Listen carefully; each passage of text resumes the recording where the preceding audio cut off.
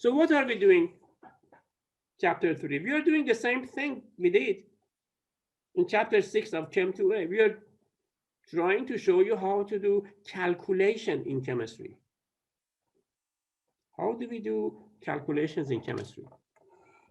Do you remember chapter 6 from 2A? You started with, if I give you grams of reacting material, can you go to give me grams of product? This is reactant, starting material. How do you do that? Do you remember you went from gram to moles? And then from moles to moles of product? From there, you went to grams of product, right? So I'm going to review all these to make sure you're reminded that the key in solving chemistry problems is moles. We solve chemistry problems in terms of moles. So what is mole? I'm going to refresh your memory. What are these calculations? I'm going to help you to be refreshed, and then we do a little bit more of what you studied in Chem 2A. Just a little bit more, but most of it is review. But I have to make sure you remember what you studied before. Okay. So what is a chemical reaction? Guys, if I react hydrogen and oxygen together, they make water. That's a chemical reaction. That means two or more substances are reacting together to make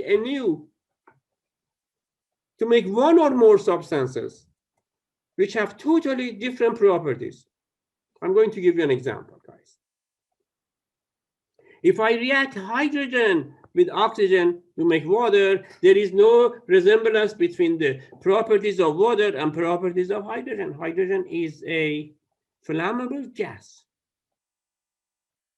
And there is no similarity between oxygen and water.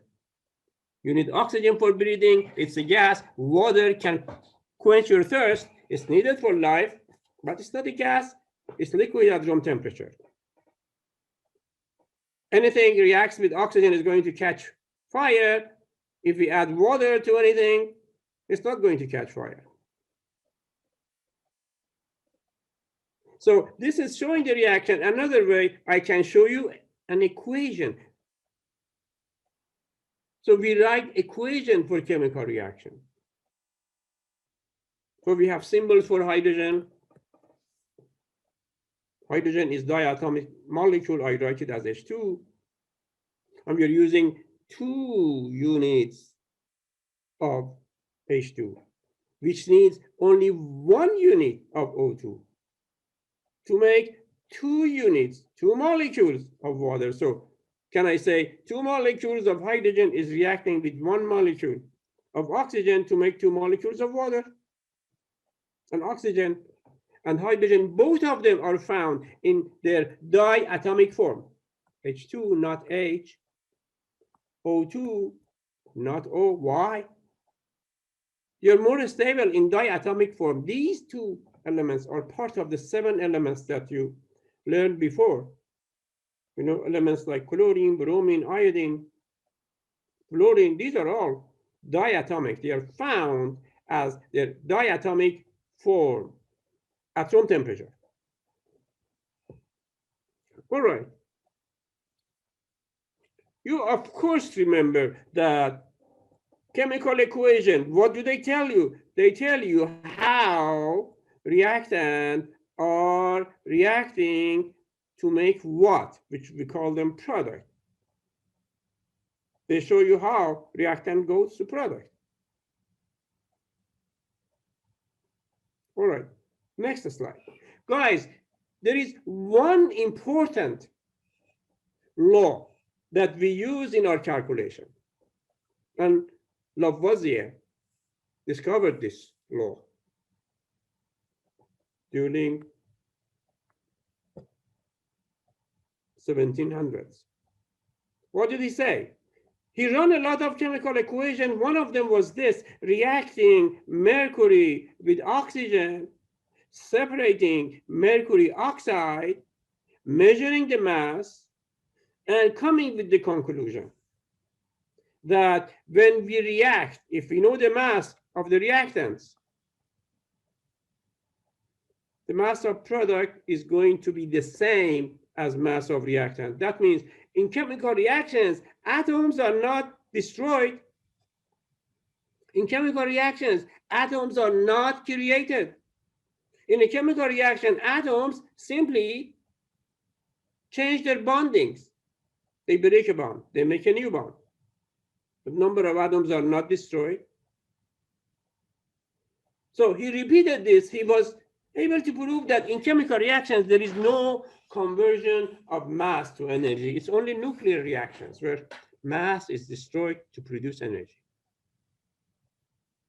So I can use this. If I give you total mass of reactant, and I give you the mass of one product, then you know the mass of second product. The mass of second product is total mass of reactant minus mass of one of the products, assuming you have two products only. So does this mean that if we write a chemical equation must be balanced? Why? Atoms are not destroyed. Atoms are not created. So number of atoms on the left and right of a chemical equation must be equal. There is no loss of atoms. So we go to the lab. That's how we do chemistry. We go to the lab, we run experiment. We identify the reactants and product. We write the result of our observation, calcium carbonate. If you heat it, if you use heat and take calcium carbonate, it's going to produce carbon dioxide, which is a gas. And it makes quicklime, which is calcium oxide.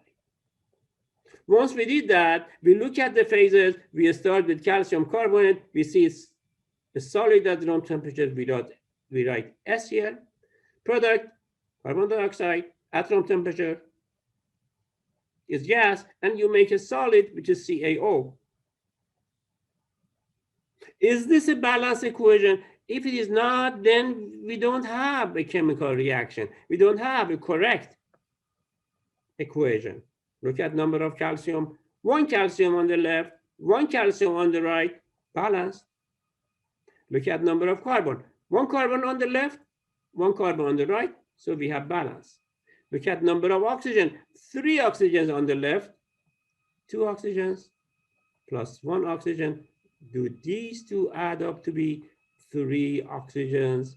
So we have same number of oxygens on both sides. Then we have a balanced equation. So when we write a chemical equation, we must make sure it's balanced.